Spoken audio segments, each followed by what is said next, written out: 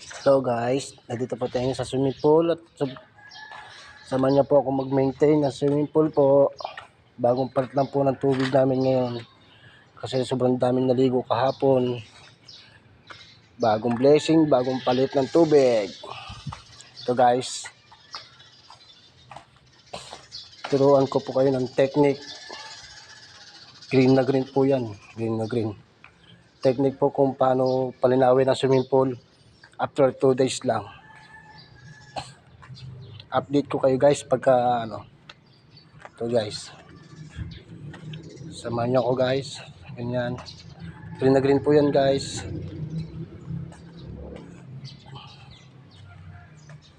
Yan, yan. Ito guys, guys, nakikita nyo to guys, ito at saka ito, may sariling